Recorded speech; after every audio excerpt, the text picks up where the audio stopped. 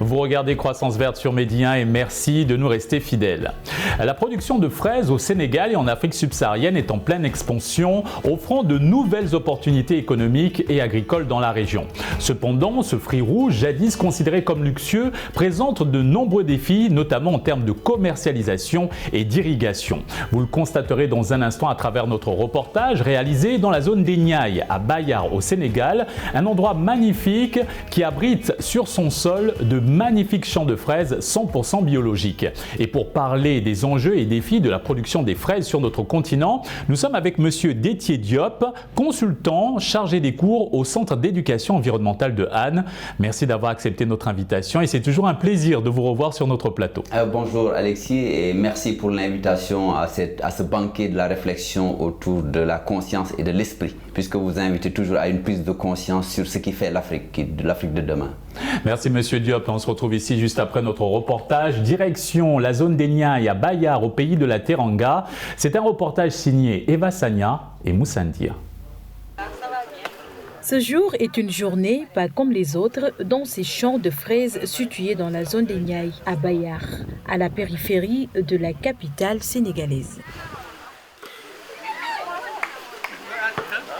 Ensoleillé, l'atmosphère est adéquate pour les enfants qui découvrent les lieux pour la première fois pour certains. Dans leur monde, ils jouissent de l'espace qui leur a été aménagé pour l'occasion. Bienvenue à la journée champêtre de Fraizen, un concept canadien que Souleymane Agne reprend avec succès au Sénégal. Personnellement, je l'avais vu au Canada et je me suis dit pourquoi pas l'initier au Sénégal. C'est vrai que la plupart étaient réticents parce qu'ils disaient que ça ne va pas marcher. Vous n'allez pas voir quelqu'un qui va payer son ticket pour entrer, récolter des fraises, mais à notre grande surprise, on reçoit presque plus de 100-150 personnes. En fait, pour participer à la journée champêtre, c'est facile. Il n'y a pas de grandes conditions, c'est-à-dire que c'est juste des tickets d'entrée où la personne peut se payer sur place ses tickets d'entrée et qui lui donne le droit de venir sur place et de récolter autant de fraises qu'il souhaite. Et aussi de profiter des aires de jeu qu'on a mis en place, mais aussi de profiter aussi de l'espace de dégustation qu'on a mis en place, de profiter du réseautage qui existe sur place. Il a pour objectif de faire découvrir le fraisier et d'assister à la récolte de la fraise. C'est une activité qui est très bien pour les enfants. Pour nous les parents, ça nous permet de nous décompresser, d'aller dans la nature. Vous connaissez Dakar, hein, vous savez que la vie à Dakar, c'est beaucoup de voitures, beaucoup de pollution, beaucoup de stress dans la semaine. Et le dimanche, de pouvoir sortir, venir au champ, ça déstresse. Et puis pour les enfants, c'est une activité éducative, ça les met en contact avec la terre, avec les activités agricoles. C'est passionnant de pouvoir répondre à leurs questions autour de comment poussent les fraises, comment ils ont fait pour avoir tout un champ de fraises comme ça. Donc pour nous, c'est une belle manière de les introduire aux activités agricoles. Je trouve que c'est une très belle initiative, ça a été très bien pensé. Bon, il y a un avantage pour nous parce qu'on cueille les fraises, on a appris à cueillir les fleurs, ce que moi je ne savais pas faire. Et en plus, on a la possibilité de les manger. Et le goût de la fraise toute fraîche n'est pas la même chose que la fraise à Auchan, au supermarché. Donc c'est déjà une belle expérience.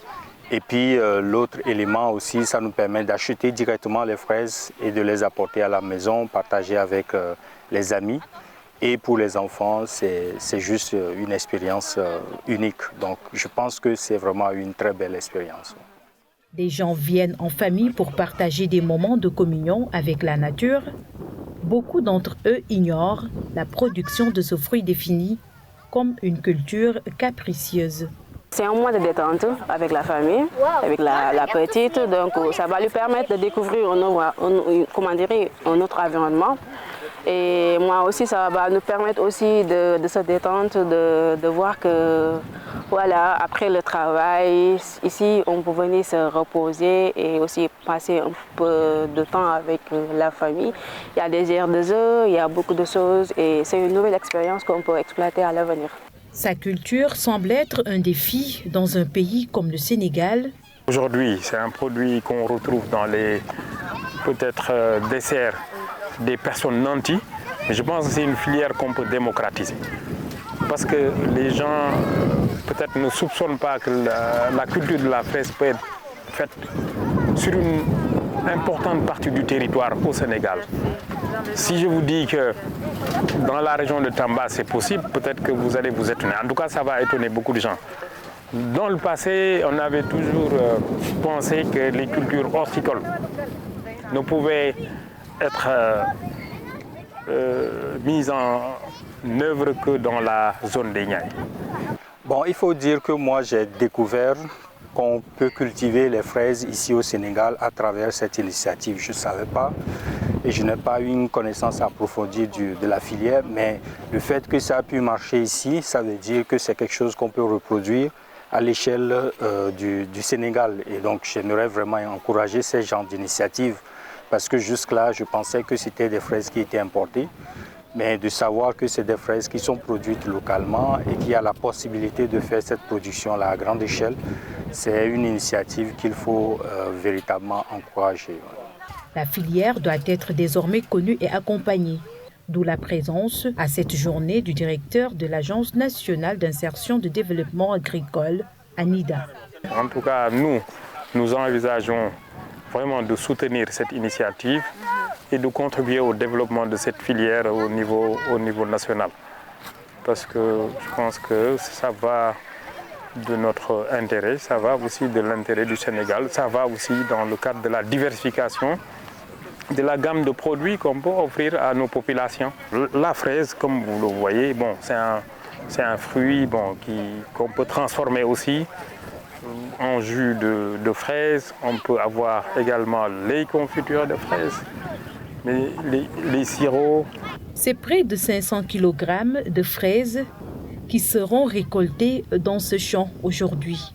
Par exemple, je peux dire, par exemple, si on prend l'exemple de ces journées champêtres qu'on a organisées, facilement on peut avoir 300 à 400 kg qui peuvent sortir ici, dans cette exploitation-là. Donc ça donne une idée des récoltes qu'on fait. Mais il arrive que la production atteigne sa pleine production. Et là, ça peut aller dans les 1 tonne par récolte ou 1,5 tonnes par récolte.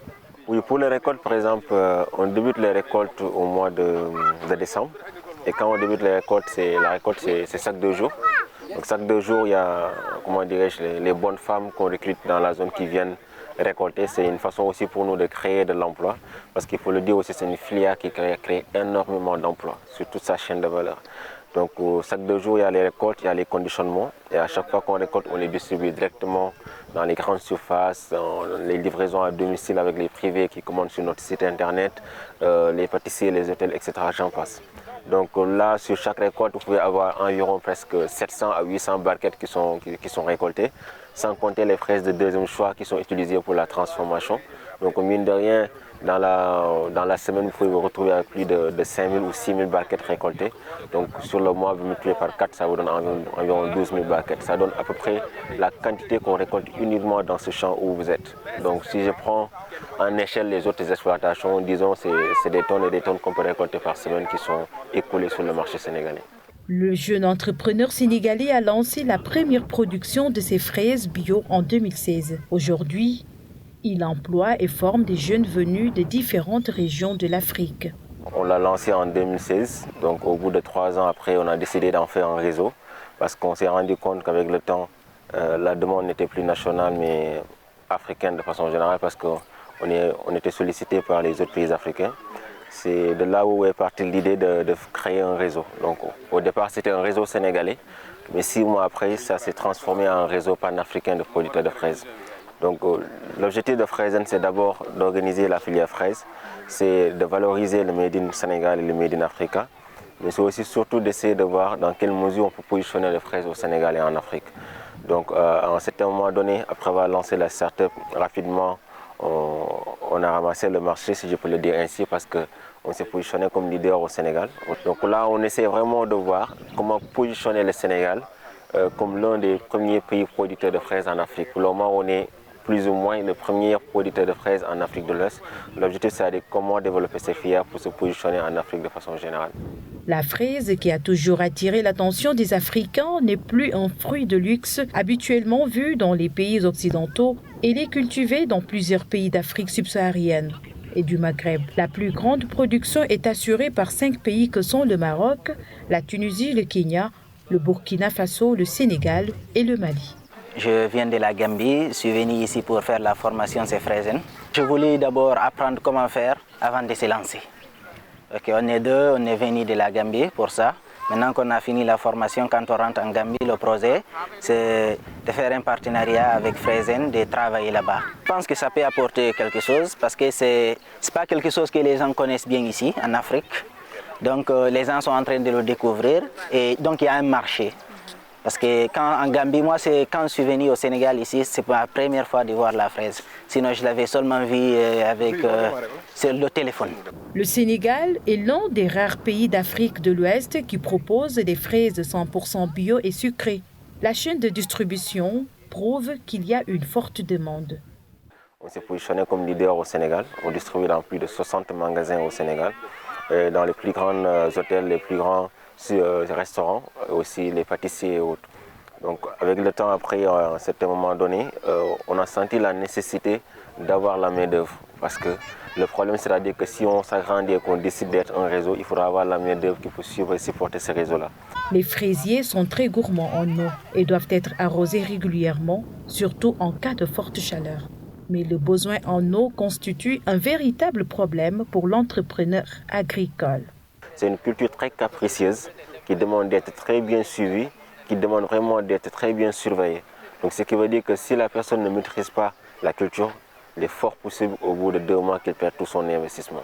Ce qui veut dire qu'on a vraiment besoin d'être accompagné quand on se lance, si on n'est pas expérimenté, pour ne pas perdre banalement son investissement. À l'heure actuelle, si on peut citer les difficultés ici, c'est déjà l'accès à l'eau. Et l'autre chose, c'est avoir vraiment la main-d'œuvre qualifiée qu'on doit former au fur et à mesure. C'est aussi un problème de financement. Parce qu'on se positionne plus ou moins comme les premiers en Afrique de l'Ouest. L'idée, c'est vraiment de faire du Sénégal le premier producteur en Afrique de l'Ouest. Et pour qu'on puisse atteindre rapidement cet objectif, il faudra un investissement derrière, il faudra l'accompagnement de l'État qui va vraiment s'impliquer dans cette filière pour nous aider à l'organiser comme nous sommes en train de le faire et de le développer comme il se doit. Dans une perspective de contribuer à la révolution de l'activité agricole, des étudiants en 3e année en électromécanique ont procédé à une démonstration faite avec drone.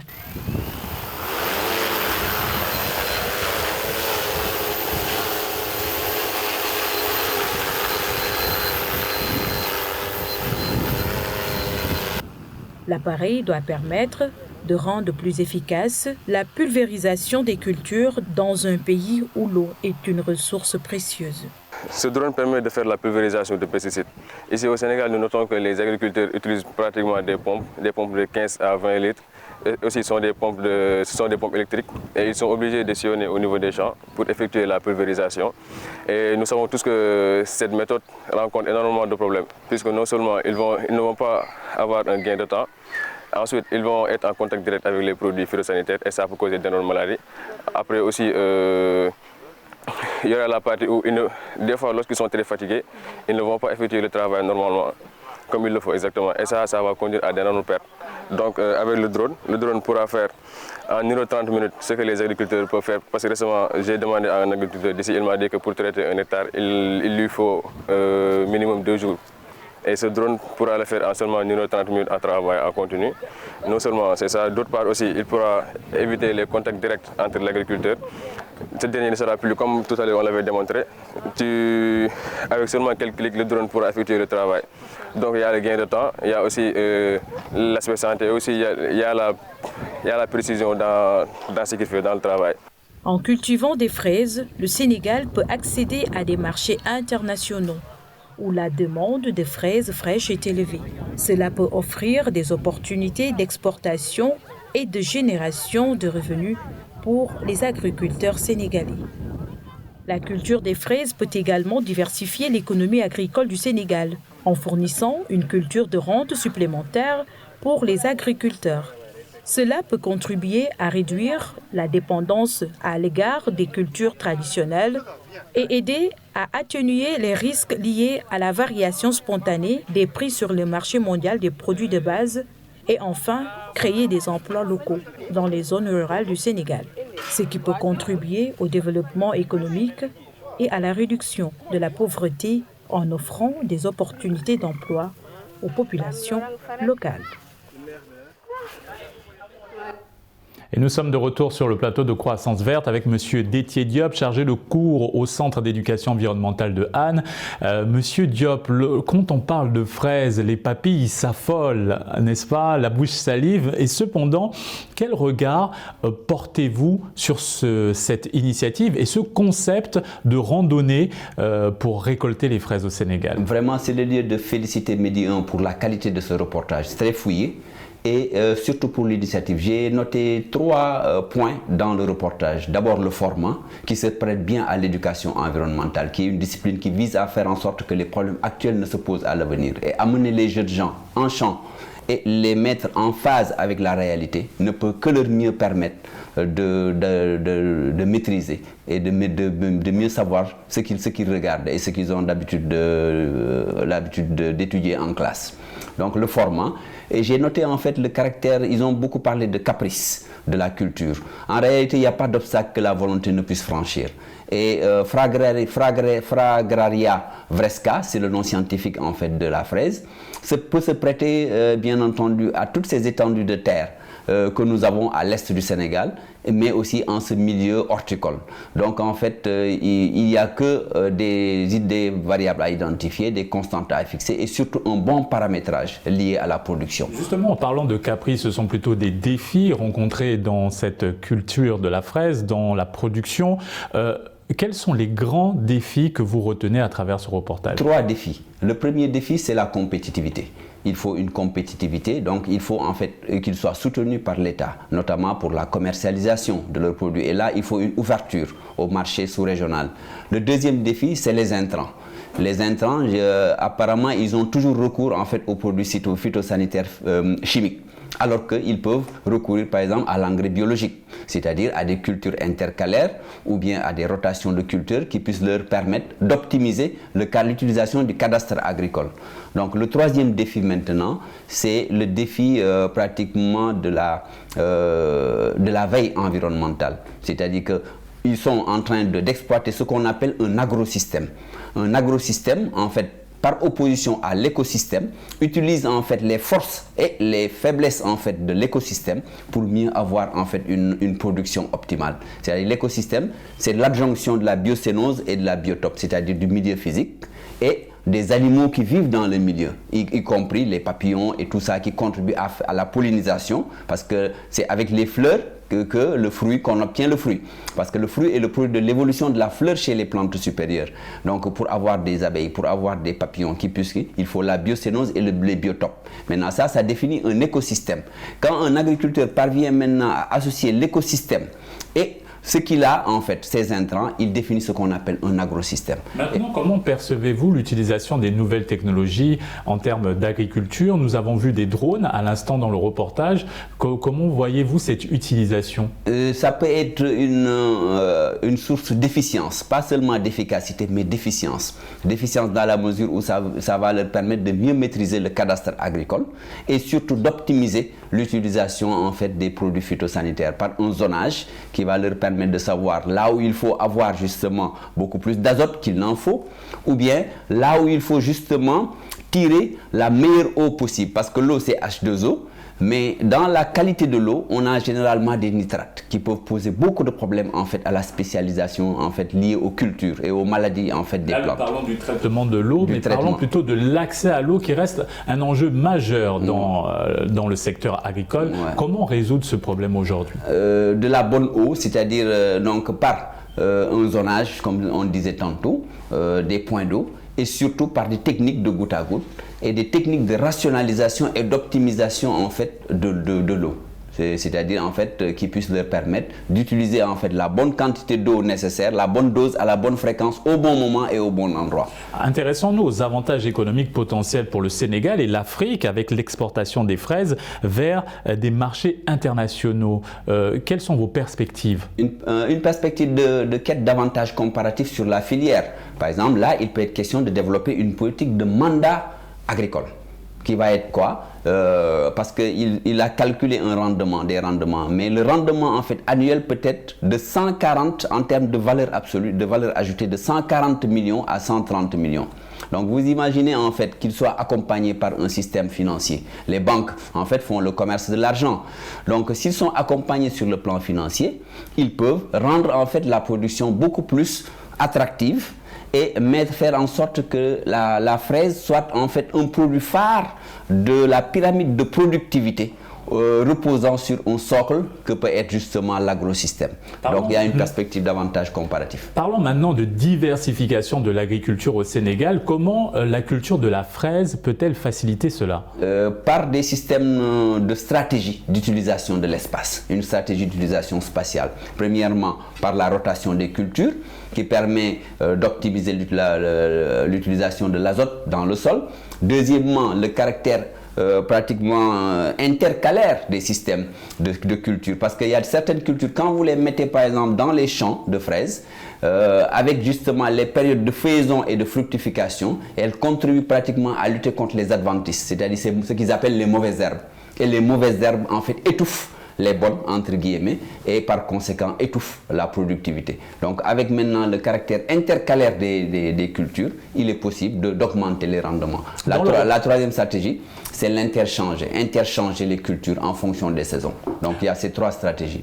Dans le reportage, l'entrepreneur parlait de bonnes dames qui venaient lors des récoltes pour les aider dans la récolte de ces fraises. Quel est le potentiel de la culture de la fraise en termes d'employabilité? D'employabilité, à l'hectare, la fraise peut utiliser un très grand nombre en fait de femmes. Vous prenez une association villageoise par exemple qui se trouve à Ndem. C'est une association qui a été créée en 1985 et qui est devenue une ONG en 1986 et en 2006-2007. Cette association emploie 300 paysannes et les répartit sur 5 périmètres. Et maintenant avec la fraise, on peut passer pratiquement de 300 à 3000. Donc on peut facilement quintupler pratiquement la masse de population féminine qui par exemple pourrait travailler sur la filière fraise. Et là, ça permettrait quelque peu de créer un effet d'entraînement, surtout d'augmenter le revenu rural qui est très faible en milieu rural. Selon vous, quels sont les investissements nécessaires pour améliorer l'efficacité de la production de fraises au Sénégal et en Afrique subsaharienne?